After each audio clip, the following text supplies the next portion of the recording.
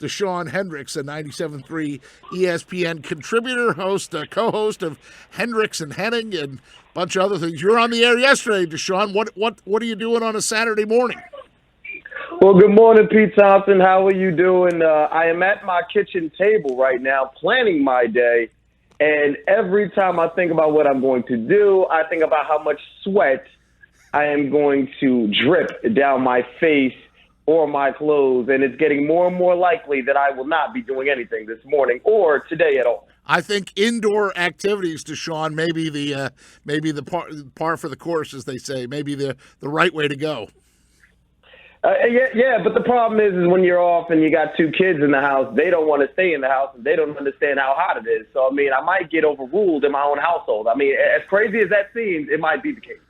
Tilton Square, baby. That's why they have movies. Movies have air conditioning. My father was so cheap, is so cheap, that he would never take us to the movies except for when the mercury hit like 98, 99. That would be the only time. I'd be like, all right, now we can go to the movie. I'd be like, why? He's like, free air conditioning. They blast it in there. Well, we went to the movies last night and we saw The Lion King. It was a great film. It was a great time with the family. So, I don't know if I could stomach another $50. It was sold out all over the place, so we had to go to the IMAX. And let's just say $50 for the movies, it's not really my forte. A couple years ago, you could spend $8 for one ticket. Not the case anymore. Yeah, wow. So you stepped up to go to the IMAX because that was the one that was available. How was the movie, though? Because you remember the cartoon then? Does it compare to that? Is it better? Is it worse?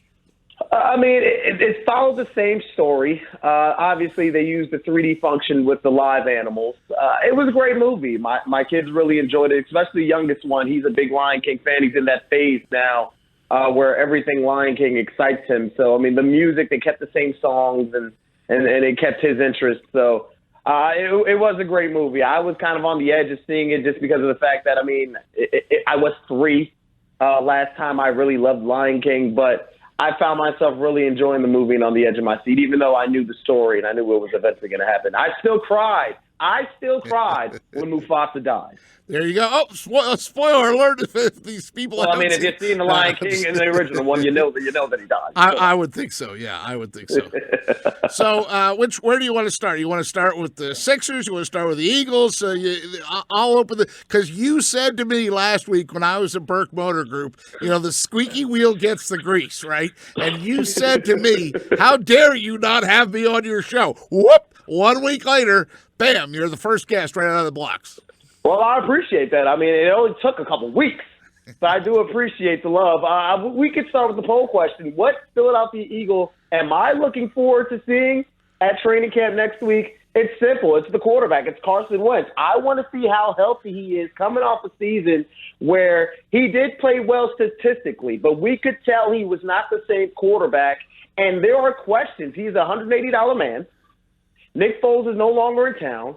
This team is 2 years removed from a Super Bowl championship. Can Carson Wentz reduplicate his success in 2017 now that you have weapons like Deshaun Jackson? You drafted a running back in Miles Sanders. You just mentioned that Darren Sproles is coming back.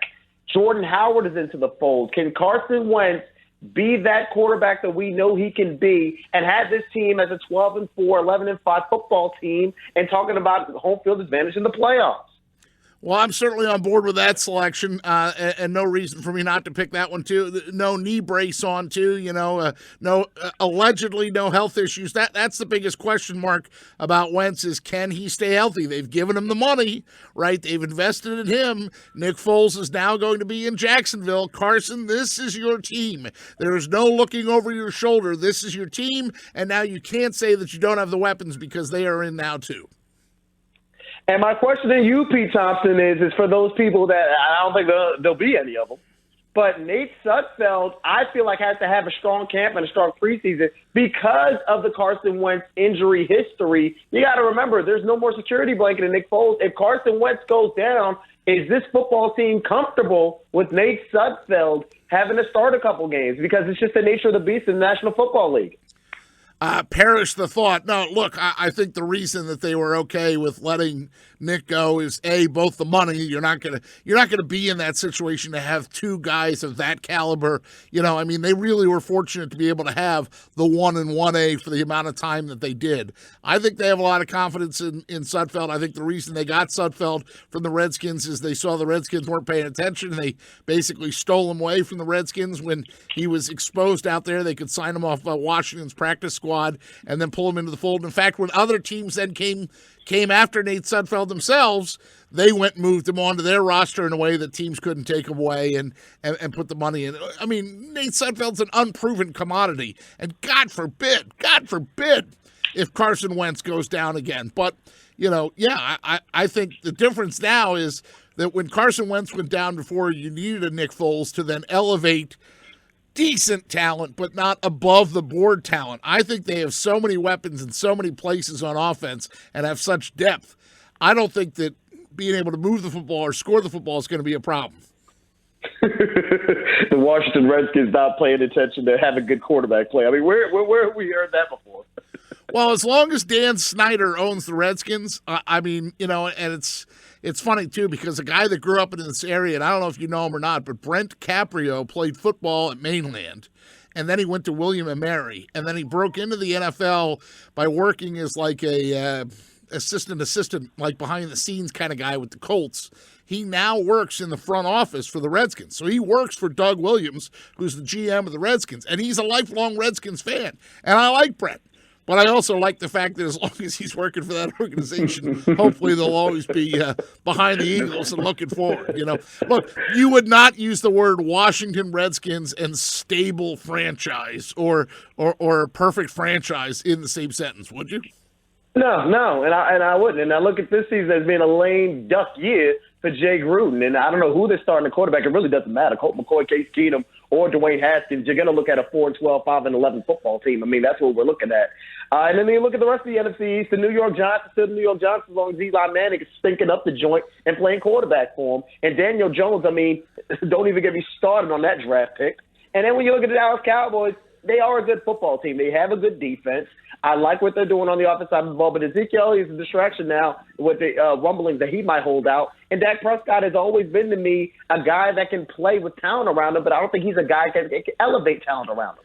How much did you laugh when you saw those stories coming out that Zeke wants more money? I mean, are you kidding me? In a position, Ron Jaworski, Jaws, right? Longtime Eagles quarterback, right? Jaws always loves, and I've heard him say this, he does a lot of public speaking. I've heard this line at least 10 times out of Jaws in the 15 years I've known him. When he came into the league in the early 70s, the average career for an NFL player was 3.5 years. In 2019, the average career for an NFL player is 3.5 years. And now you're talking about running back, the position that they break down the most at, and all the mileage that Ezekiel Elliott would have had in college and his first couple of years in the pros, and he feels like he's underpaid? Give me a break. I mean, listen, you can't blame the man because at the end of the day, you got to make as much money in this game as possible, especially at the position that he plays.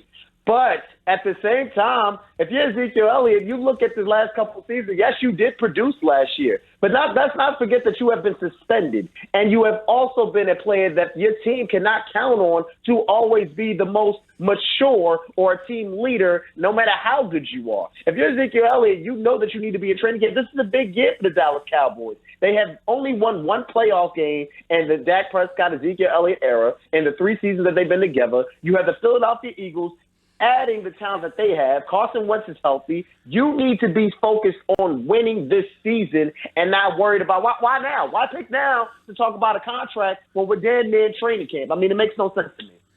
He may sound like Stephen A., but he's our own Dashawn Hendricks, and he loves Stephen A.'s paycheck. I know that. Dashawn, before I let you go, I purposely steered to football so that you wouldn't get too riled up, but why don't you give me one Sixers nugget of where you feel about – I'll ask you the question. This is kind of the Sixers question of the day that I'm basically borrowing from Mike Gill. Is this team more talented today than the team that walked off the floor in Toronto after the quadruple doink? Is the team more talented? No. Is the team more well-rounded around Ben Simmons and Joel Embiid? Yes. And I will say that with this. When you look at the team that walked off the floor in Toronto, you had Jimmy Butler, who was a shot-creating guard that could go out and get you points in a microwave volume. Ben Simmons, now that this team is built around him and Joel Embiid, you got shooters and Josh Richardson and Tobias Harris. You got Al Horford who can complement Joel Embiid. If you're Ben Simmons and you're coming this year with any type of shooting talent to combine with the vision, to combine with the way to get to the basket, then you're talking about a team that can compete for an NBA Finals. If you're Ben Simmons and you don't get better from last year, then I'm telling you right now, I've said it on this outlet multiple times. You will not get out the second round unless Ben Simmons, Joel Embiid is incredible. We already know he's the best center in the NBA. If Ben Simmons does not come in with any type of shooting talent whatsoever, I don't say he's not going to be J.J. Redick, but he at least needs to come in and be able to shoot outside the paint. If he cannot do that, you will not be out the second round, and you heard it here first. Ooh, and they gave him all that money too, Dashawn. Well, it'll be fun, and I know you're going to be on these airwaves a lot too coming up, so we appreciate you being on the Pete Thompson Show. I know we'll have you on again. We'll bring you in studio at some point. Don't worry, buddy. You'll have plenty of opportunities to scream and yell at me in a healthy fashion.